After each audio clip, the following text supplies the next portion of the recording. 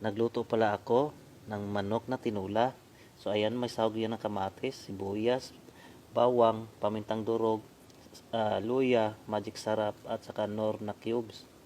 At saka may sayote at saka repolyo. Sinindihan ko na nga pala ang apoy at sinalang ko na rin ang kawali. Pinapainit ko lang ito. Tapos lalagyan ko na ng mantika.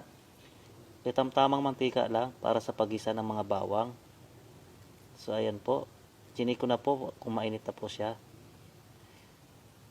At nilunod ko na rin pala dyan ang luya. Inuna ko pala. Ginisa. Naantay ko lang mag-brown para mas malasa. So ayan na po, nagkulay brown na po siya. Isusunod ko po dyan ang bawang. Ayun po. Same lang po siya. Kailangan po magkulay brown lang.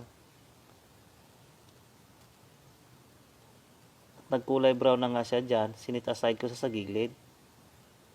At sinunod ko dyan ang sibuyas. Yung sibuyas po, gagayatin lang po, nakatamtaman. Ayan po, unti-unti yung maghihiwalay pag ginigisa sa mantika. Ayan po, sinunod ko dyan ang kamatis. Ayan po, parang ginigisa lang po natin ang kamatis para po medyo maglasa ang sabaw ng medyo maasim-asim. Ay na nga po, sinunod ko na nga po yung manok. Yung manok po pala ay halagang 100 pesos lang po, o 120 yata. Yan lang naman po kasi ang budget ng pagkain namin.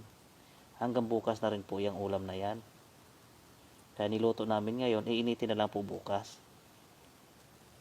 Pagkatapos nilagay ko na pala ito ng pamintang durog. Tapos imimikos-mikos lang. Tapos nor cubes. Parang yan po ang magpapasarap sa sabaw.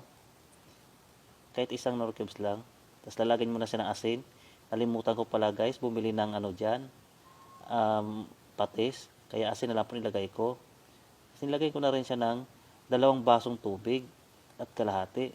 Para po doon sa sabaw na magpapalambot doon sa manok. Yung tubig pala. Nilagyan ko na pala ng magic sarap. Magic sarap, baka naman po. Nilunod ko na rin pala dyan ang sayote. Ginayat lang ng katamtaman. Parang sinlaki na rin ang gayat ng manok. Tapos mga ilang minuto lang, lumambot na yung sayote. Yan kagaya niyan ay luto na ang sayote. Papakuluan na natin ng konti. Ay nga po, ay sinunod ko na ang repolyo. Ang repolyo ay ganyan ang gayat. Depende po sa inyo kung anong gusto nyong gayat ng repolyo. Basta ako, ganyan po ang gayat namin.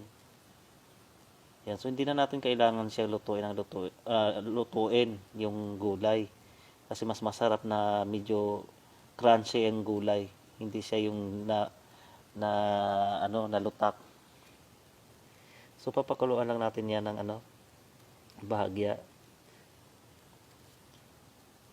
Ready na rin yung manok niyan, luto na rin yan. So ayun na nga guys, naluto na nga siya. So ayan po, nililipat na natin sa bowl o sa bowl. Oh, sarap niyan guys.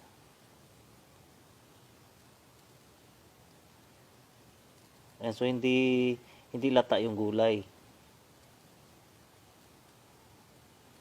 Okay, sobrang sarap niya ng sabaw. Tamang tama sa malamig na panahon. At dahil malakas ang ulan, yan ang naisipan kong lutuin. Ayan. So, nilagyan na natin yung sabaw. So, yun lang guys. Sana nag-enjoy kayo sa panonood. Tara, kain tayo mga katikim. Maraming salamat sa panonood. I-share nyo na rin.